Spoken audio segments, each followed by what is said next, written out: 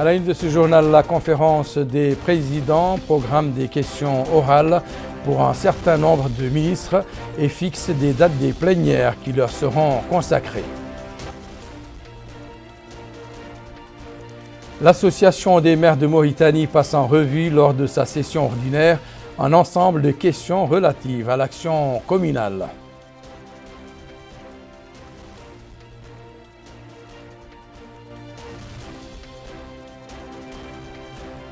Notre pays bénéficie d'une seconde suspension du service de la dette dans le cadre d'un accord signé aujourd'hui avec la France.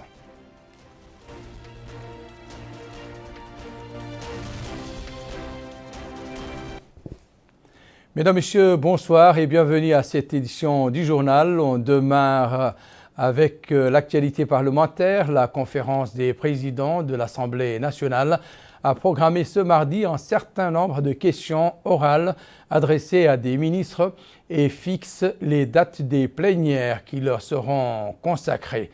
C'était au cours d'une réunion présidée par le député Sidney Sorna, premier vice-président de l'Assemblée nationale, et en présence du ministre de la Culture, de la Jeunesse et des Sports et des Relations avec le Parlement, porte-parole du gouvernement, M. Mukhtar Ould-Dahi.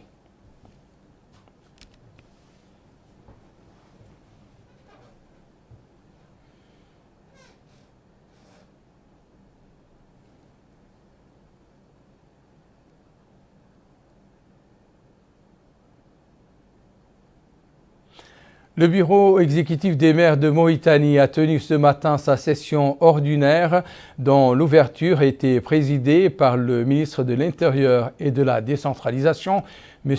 Mohamed Salem Ould Merzoug. L'ordre du jour de cette session comportait diverses questions relatives à l'action communale ainsi qu'aux moyens permettant de la développer. Abdoul Adamaba. Cette session ordinaire du bureau exécutif de l'Association des maires de Mauritanie a constitué une opportunité de discuter du travail des municipalités et de la stratégie nationale de décentralisation et de développement local. Ainsi, deux exposés ont été présentés au cours de ces travaux. Il s'agit notamment de la stratégie nationale de décentralisation et de développement local présentée par le directeur général des collectivités locales au ministère de l'Intérieur et de la décentralisation. Et le second se rapporte au partenariat et protocole signé entre le ministère de l'Intérieur et de la décentralisation et la délégation générale à la solidarité nationale et à la lutte contre l'exclusion Tazour, présenté par le coordinateur du programme Baraka. Le ministre de l'Intérieur et de la décentralisation, Mohamed Salem Ould Merzoug, a affirmé que la nouvelle stratégie en matière de décentralisation et de développement local est une priorité du président de la République. Il a en outre affirmé que le ministère qu'il préside, que le département qu'il préside a mis en œuvre une feuille de route relative au processus de décentralisation. En plus, il a par ailleurs cité les réalisations dans ce cadre, dont le programme d'assainissement qui a été mis en œuvre au profit de 33 municipalités du pays. Le président de l'association des maires de Mauritanie, Sidi Ahmed Ould Mimid, a quant à lui salué l'intérêt qu'accorde le chef de l'État à la politique de décentralisation et au développement local. Il a dans ce cadre remercié au nom de l'association des maires de Mauritanie le chef de l'État. Je vous le disais en titre, notre pays et la France, représentés respectivement par le ministre des Finances, M. Mohamed Lamine Ould-Dahi et Robert Mouyi, ambassadeurs de France à Mauritanie, ont signé aujourd'hui un deuxième accord bilatéral dans le cadre de l'initiative de suspension du service de la dette lancée en 2020 par les pays membres du G20 et coordonné par le Club de Paris. Cet accord met en œuvre l'amendement au protocole d'accord du Club de Paris, signé le 1er février 2021, qui accorde à notre pays l'extension de la suspension temporaire du service de sa dette entre le 1er janvier et le 30 juin 2021. Ce second accord bilatéral accorde à notre pays une extension de l'initiative de suspension du service de la dette pour la période du 1er janvier 2021 au 30 juin 2021 pour un montant de plus de 3 millions d'euros. Le gouvernement s'est engagé à consacrer les ressources ainsi libérées à l'augmentation des dépenses permettant d'atténuer l'impact sanitaire, économique et social de la pandémie de la COVID-19. Dans le domaine de la santé, une convention relative à la prise en charge des enfants victimes de malnutrition aiguë a été signée aujourd'hui par le ministre de la Santé, le délégué général de Taazour et le représentant de l'UNICEF à Nouakchott. Plus de précisions sur cette convention avec Camila Takan. Signature d'un accord de partenariat entre le ministère de la Santé, la délégation de Taazour et l'UNICEF. Cet accord tripartite permettra l'achat d'intrants nutritionnels pour lutter contre la malnutrition aiguë chez les enfants de moins de 5 ans. S'exprimant à cette occasion, le ministre de la Santé, Sidi Ould Zahab, a mis l'accent sur l'importance de cet accord qui va en droite ligne avec les politiques et stratégies mises en place par le gouvernement, indiquant que la mise en œuvre de cet accord va contrecarrer la malnutrition chez les enfants de moins de 5 ans. Il a ensuite déclaré que l'investissement dans le capital humain est l'une des priorités du département de la santé. Lui succédant le délégué général à la solidarité nationale et à la lutte contre l'exclusion Taazour, Mohamed Mahmoud Ould Bouassria, a d'emblée indiqué que conscient du danger et des répercussions négatives de la malnutrition chez les enfants, que les départements concernés ont pris les devants en mettant sur pied les stratégies nécessaires afin de mettre un terme à la malnutrition aiguë chez les enfants de moins de 5 ans. Il poursuit en indiquant que cet accord, première du genre dans la sous-région, va sans doute mettre fin à la malnutrition chez les enfants de moins de 5 ans. Le représentant de l'UNICEF s'est exprimé, il a déclaré en substance. Je pense donc, et donc je m'adresse bien sûr à vous-même, monsieur le ministre de la Santé, monsieur le délégué général de Taazour, pour vraiment vous exprimer à la fois mes remerciements, mais aussi mon admiration pour cette décision que vous êtes en train de prendre par la signature de cet accord. Donc accord qui signe le partenariat du ministère de la Santé avec Taazour et avec l'UNICEF pour l'achat donc des intrants nutritionnels pour le traitement des cas de malnutrition aiguë sévère chez les enfants de moins de 5 ans. Très important, pourquoi? D'abord parce qu'il s'agit d'une intervention à haut impact qui sauve bon an mal an la vie de 30 000 enfants par an. C'est aussi, évidemment, par cet accord, la démonstration de l'engagement du gouvernement mauritanien pour, bien sûr, avancer et continuer à avancer dans sa stratégie d'indépendance et donc par rapport à l'achat et l'approvisionnement en médicaments de base.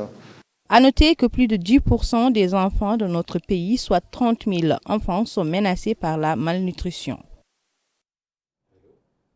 La page santé à présent avec l'actualité relative au Covid-19.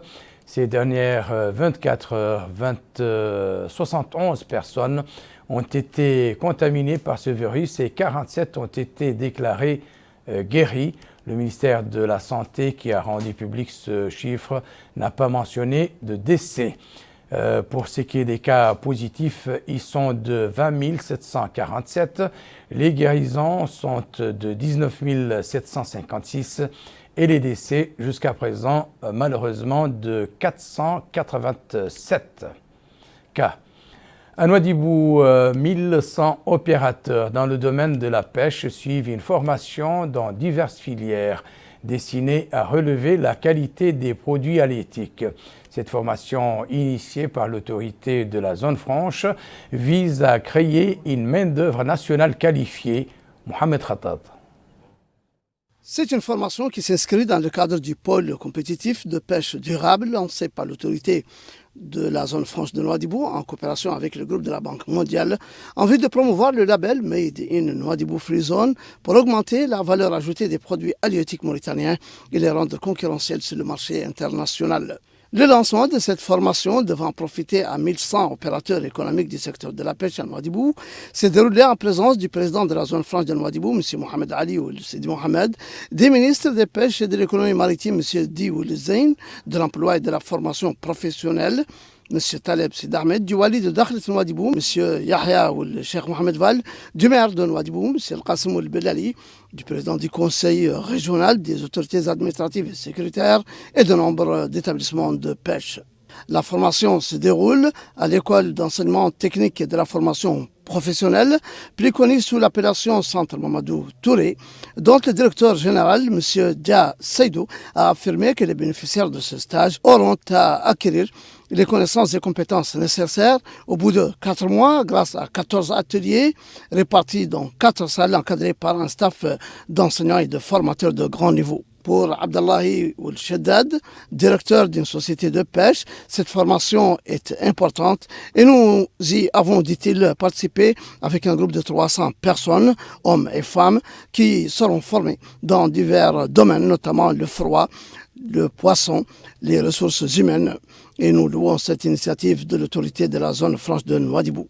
Les bénéficiaires de la formation ont également exprimé leur satisfaction quant à cette opportunité de renforcer leur capacité. Il est à noter que cette importante action n'aurait pas été réalisée sans l'appui de l'autorité de la zone franche de Nouadhibou en coopération avec le groupe de la Banque mondiale et sans la vision qui a conduit au programme ambitieux de création d'un pôle compétitif de pêche durable à Nouadhibou.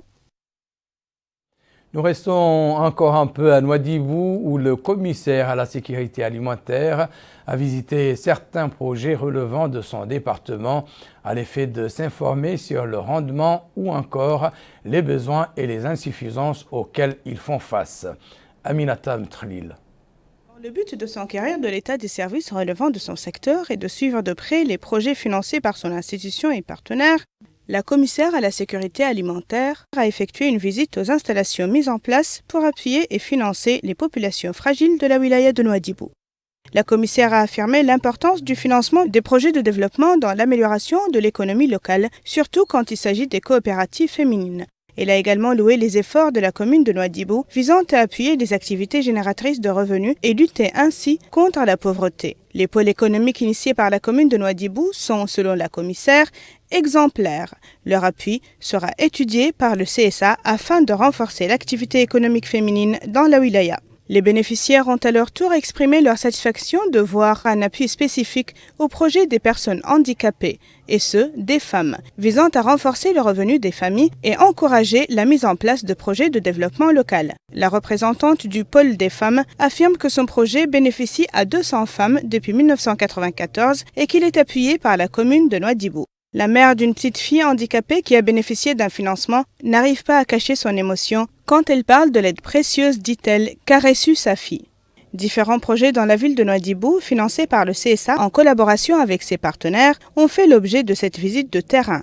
Une visite qui intervient dans le cadre des efforts déployés par les pouvoirs publics visant à suivre de près le déroulement du processus de reconstruction de la nation. Un reportage d'Amina Mtrlil. Nous revenons à Nouakchott pour parler de la réunion par visioconférence à laquelle a participé la ministre de l'Enseignement supérieur et de la Recherche scientifique, Mme Amal Metsidi ou le Cheikh Abdallahi, à l'occasion du lancement du projet de classification des universités arabes. Cet événement a été mis à profit par la ministre pour édifier ses interlocuteurs sur le secteur de l'enseignement supérieur dans notre pays. Amina Mtrlil. Les travaux de la première réunion du conseil d'administration de classification portant sur la classification des universités arabes ont été lancés à partir du siège de la Ligue des États arabes basé au Caire. La réunion, qui regroupe les ministres arabes de l'enseignement supérieur, vise à améliorer l'enseignement supérieur arabe à travers la création d'un cadre interne de compétitivité et un système de coopération efficient dans le domaine de la recherche scientifique. Représentant notre pays pour l'occasion, la ministre de l'enseignement supérieur et de la recherche scientifique, Mme Amal Metsidi ou Cheikh Abdallahi, a fait une présentation sur la situation du secteur de l'enseignement supérieur en Mauritanie. Elle a indiqué lors de cette présentation que le système d'enseignement supérieur et de recherche scientifique comprend 3 universités publiques et privées et 5 écoles publiques d'enseignement supérieur, en plus de 12 instituts publics d'enseignement supérieur et 7 écoles et institutions d'enseignement supérieur gratuits, tous agréés par le comité de la recherche scientifique. À ces établissements s'ajoutent plusieurs instituts de recherche spécialisés dans les domaines de l'agriculture, de la santé, de la médecine vétérinaire, de la pêche maritime, des mines et du patrimoine. Dans le domaine des infrastructures, la ministre a fait observer que ces dernières années ont été marquées par la réalisation de nombreuses installations, telles que le nouveau complexe universitaire qui comprend 4 facultés, en plus de la création d'une école supérieure polytechnique, de 2 instituts de langue et d'une académie maritime. Madame Amal Mtsidoul Cheikh Abdallahi a ajouté que l'État mauritanien déploie des efforts soutenus pour faire avancer la recherche scientifique et l'intégrer dans tous les programmes futurs du pays. Des programmes qui sont directement liés à la vie des citoyens, tels que la création du Conseil supérieur de la recherche scientifique et de l'innovation, ainsi que l'élaboration des textes juridiques régissant les associations et réglementant la publication scientifique. La ministre a exprimé son espoir de voir le projet de classification des universités arabes hisser le niveau scientifique de l'enseignement dans les universités arabes pour les rendre équivalentes, voire concurrentes avec les plus prestigieuses universités du monde. La réunion de lancement, organisée par visioconférence, s'est déroulée en présence du secrétaire général du ministère, du directeur de l'enseignement supérieur et du président de l'université Al-Asriya de Nouakchott. La Somelec, la société mauritanienne d'électricité, réfléchit sur un nouveau système de paiement. Elle organise ce matin, ou du moins a organisé ce matin, un atelier de concertation autour de ce procédé qu'elle compte mettre en œuvre très prochainement. El Haj Abdallahiddin. Les nouveaux modes de paiement sont les thèmes de cette rencontre de concertation organisée par la société mauritanienne de l'électricité Somelec. L'objectif est de renforcer le partenariat entre la société et sa clientèle et d'utiliser le nouveau mode de paiement qui correspondent aux exigences modernes. L'organisation de cet atelier a été l'occasion pour le secrétaire général du ministère du pétrole, des mines et de l'énergie d'exprimer le soutien de son département à la société, rappelant l'importance de l'électricité pour le développement du pays. Je voudrais vivement vous féliciter et vous renouveler le soutien sans faille du département pour la transformation industrielle et numérique et institutionnelle de la Somalie. L'accès à l'électricité s'impose comme en étant un élément décisif dans les différents modèles de développement économique et social des pays. En effet, le secteur de l'électricité constitue l'un des principaux leviers de développement compte tenu de la forte corrélation entre les niveaux de développement des pays et les ratios de production et de consommation d'électricité par habitant. C'est ainsi que le gouvernement a fixé à la Somalie des objectifs de généralisation de l'accès à l'électricité à l'horizon 2030 et l'introduction à hauteur de 50% au moins de la part des énergies renouvelables dans le mix énergétique national. Quant au directeur général de la Société mauritanienne de l'électricité, M. Cheikh Abdallah Bed, il a déclaré que son entreprise a procédé à l'exécution d'un programme vaste et ambitieux qui vise à restructurer la société au plan administratif et financier et à améliorer les outils de production et de la distribution de l'électricité. Ce programme, indique le directeur général, comprend également la modernisation des services fournis par la société à sa clientèle. Il a ajouté que la société est persuadée de l'importance de la transition numérique en raison de ses multiples avantages liés à la gouvernance interne et à la promotion de la confiance avec les différents partenaires. Les partenaires de la société, au premier plan la Banque centrale mauritanienne et l'autorité de régulation, ont présenté des suggestions portant sur le nouveau mode de paiement. L'atelier a été marqué par la projection d'une présentation détaillée expliquant la nouvelle stratégie de la société. Autre atelier, cette fois-ci dans le domaine de l'environnement. Il était centré sur le renforcement et l'évaluation des secteurs non ligneux dans notre pays. Le ministère de l'Environnement et du Développement durable œuvre à la promotion et la valorisation de ces produits dans le but de préserver à la fois l'environnement et l'ancrage ou d'encourager les petites et moyennes entreprises. Aminata Khan.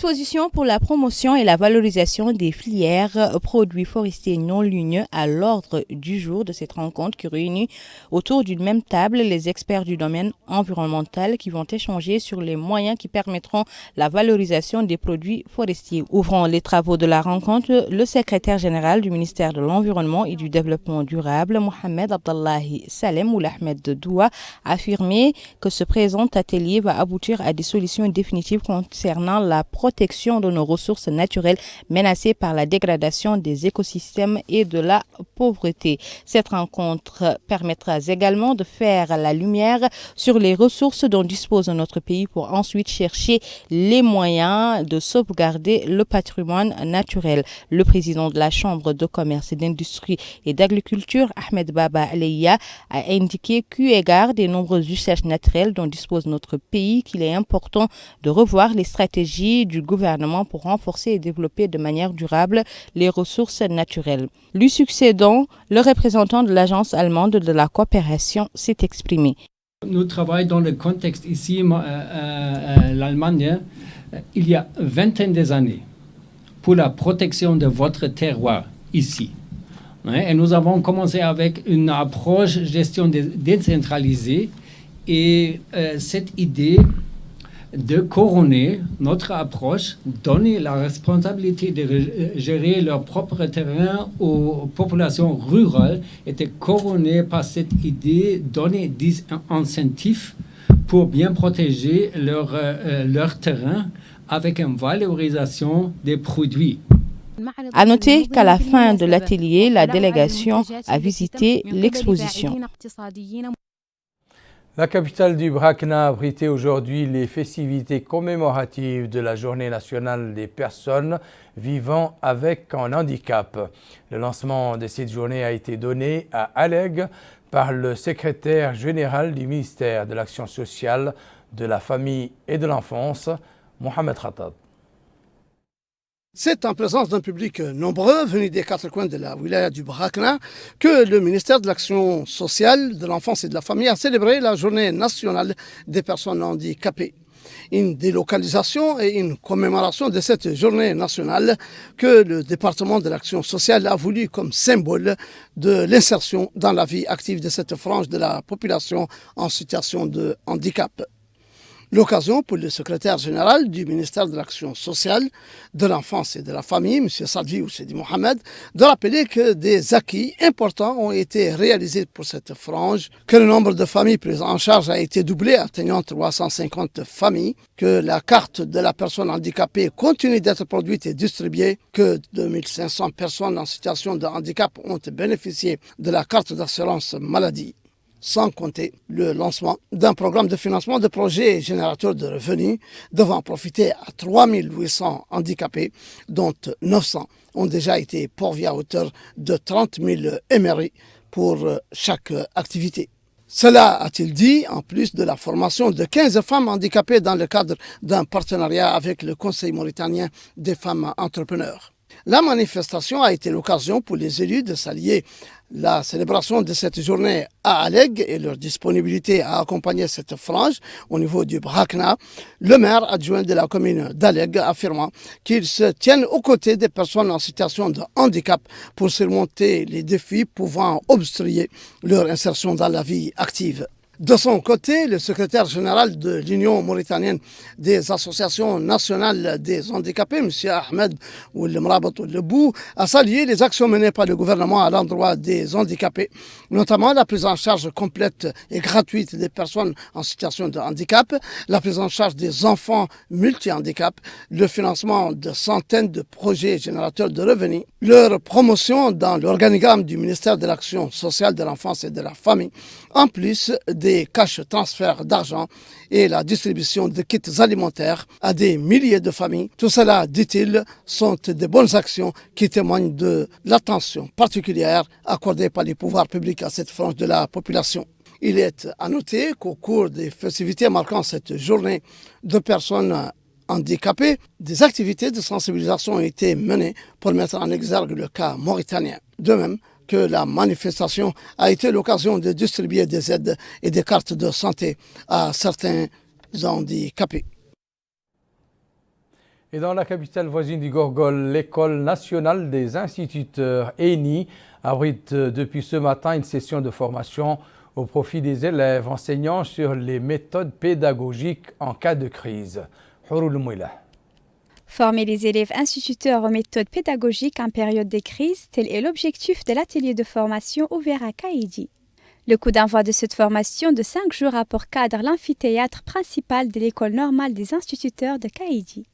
L'atelier a été présidé par le secrétaire général du ministère de l'Éducation nationale et de la réforme du système éducatif, en présence du Wali Moussaïd du Gorgol, M. Mohamed Mahmoud ou Mohamed Makhtar. L'occasion pour le secrétaire général du ministère de l'Éducation nationale et de la réforme du système éducatif, M. Ali Sili Soumaré, de souligner que ces ateliers régionaux s'inscrivent dans la politique du secteur visant à renforcer le niveau du personnel enseignant.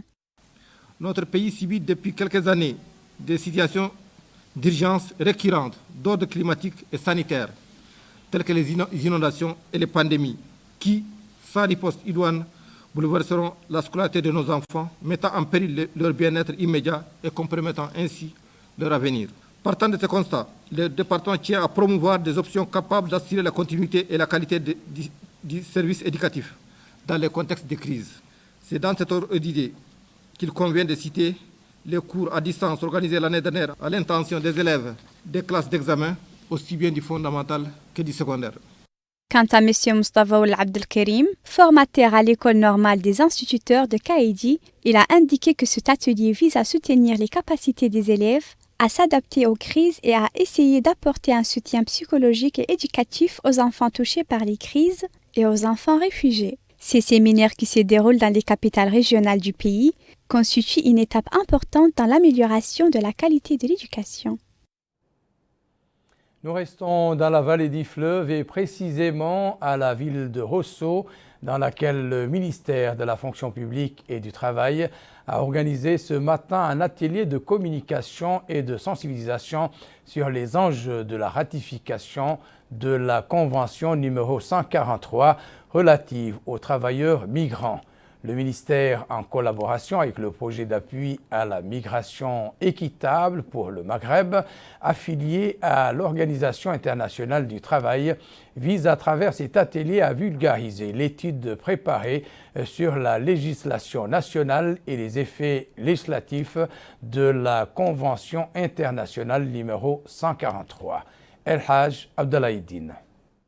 C'est en vue de renforcer les compétences des structures gouvernementales et non gouvernementales en matière de gestion de main-d'œuvre migrante et de garantir les droits des travailleurs migrants que cet atelier de communication et de sensibilisation a été organisé à Rosso. L'atelier vise à valider la Convention internationale numéro 143 sur les travailleurs migrants. Lors de cet atelier de sensibilisation, M. Mohamed Valoul Mohamed Mahmoud, Wali Moussaïd de la wilaya d'Itrarza, a affirmé que l'objectif de cet atelier est de sensibiliser les partenaires institutionnels et sociaux sur les cadres législatifs mauritaniens régissant les mécanismes de la protection des droits des travailleurs migrants. Le Wali Moussaïd a rappelé que la rencontre va permettre d'évaluer le cadre législatif mauritanien en identifiant les lacunes et les limites de ce cadre juridique. Monsieur Cheikh Sidia Ould Hamoud, directeur central du travail au ministère de la fonction publique et du travail, a précisé que cet atelier constitue le début d'une campagne de communication et de sensibilisation menée par le département afin de passer en revue les résultats d'une étude effectuée sur les législations nationales et les effets juridiques de la Convention internationale numéro 143 sur les migrants. Le directeur a conclu que des rencontres similaires seront organisées dans des points de passage tels que Silibabi, Ayoun, Rosso et Nouadhibou. Monsieur Sissamba, coordinateur du projet d'appui à la migration équitable dans le Maghreb arabe, s'est apaisanté sur l'importance de la sensibilisation des personnes concernées et des partenaires sociaux et institutionnels sur les cadres législatifs régissant la protection des travailleurs migrants. À cette rencontre qui dure une journée, prennent part des représentants des départements gouvernementaux, des partenaires internationaux et des acteurs de la société civile. De Kaïdi, nous mettons le cap sur la cité millénaire de Chengueti où nos collègues du bureau régional à Nadrar ont visité le centre de santé de la ville. Ce centre, qui offre diverses prestations médicales essentielles, renferme une unité de surveillance épidémiologique. Naja Jekani. La principale structure de santé de la ville de Chengueti est en charge de l'état général de la santé de base de la population sur l'ensemble de la Mokata. Le centre de santé dispose de plusieurs salles dans lesquelles il fournit des soins aux patients malades. Il dispose également d'un point de détection de la COVID-19. Le médecin-chef du centre de santé de Chengueti, M. Ali Kamara, a indiqué qu'il dispose également de services de consultation externe, de consultation prénatale, postnatale, gynécologique, dentaire et ophtalmologique. M. Ali Kamara a précisé que le dentiste effectue des consultations pendant une période d'1 à 2 semaines et que c'est le cas également, dit-il, de l'ophtalmologue. Il a ajouté qu'il y a une mission connue comme étant la mission des médecins de Chinguitti qui travaillent dans le centre depuis 1998 et ce jusqu'au jour d'aujourd'hui. Il a souligné que la COVID-19 est encore présente et qu'ils ont 4 cas positifs sous surveillance médicale. Le département de la maternité est l'un des départements les plus importants dans le centre de santé de Chinguitti, étant donné les soins qu'il prodigue gratuitement aux femmes enceintes. Quant à la sage-femme, elle a indiqué que le département de la maternité dispose de tout l'équipement nécessaire. La sage-femme a souligné que la maternité dispense 10 à 20 consultations postnatales par jour et que les femmes accouchent dans ce centre de santé. Le centre de santé représente pour la population de la Moqataa et des régions voisines un passage incontournable en matière de soins. La pression sur ce centre de santé est plus importante en période de Guetna, ce qui pourrait avoir des répercussions sur la qualité de ses performances. Les habitants de cette site séculaire ont mis en exergue la renommée mondiale de cette ville du savoir et de l'attrait touristique qu'elle représente. À cet effet, ils demandent à ce que le centre de santé soit agrandi et que ses services, particulièrement en ce qui concerne les diagnostics et les soins dentaires, soient mieux pourvus. Les habitants de la ville soulignent la nécessité de prendre en considération les facteurs géographiques et démographiques de Bilet Chinguitti. Le député Birham Da Abeid était de nouveau aujourd'hui face à la presse. À l'occasion d'une conférence de presse, il a parmi d'autres points noté l'importance d'autoriser les organisations de la société civile qui œuvrent au renforcement des questions des droits de l'homme, de la stabilité et de la cohésion sociale à exercer leurs activités sur le plan national et international. Birham Da Abeid a par ailleurs fait remarquer qu'il est impératif de lever les restrictions sur les partis politiques qui ont une grande audience et qui travaillent à la consolidation de la démocratie et de l'état de droit, insistant sur la nécessité de rompre de façon irréversible avec les pratiques de la dernière décennie en permettant aux organisations et partis politiques de jouer pleinement leur rôle. À présent, le rappel des principaux titres de cette édition. La conférence des présidents programme des questions orales pour un certain nombre de ministres et fixe les dates des plénières qui leur seront consacrées. L'Association des maires de Mauritanie passe en revue lors de sa session ordinaire un ensemble de questions relatives à l'action communale.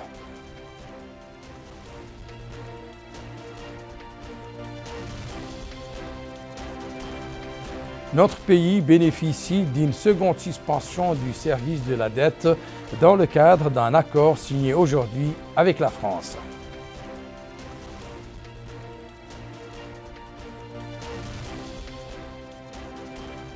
C'est la fin de cette édition. Merci pour votre attention et à très prochainement.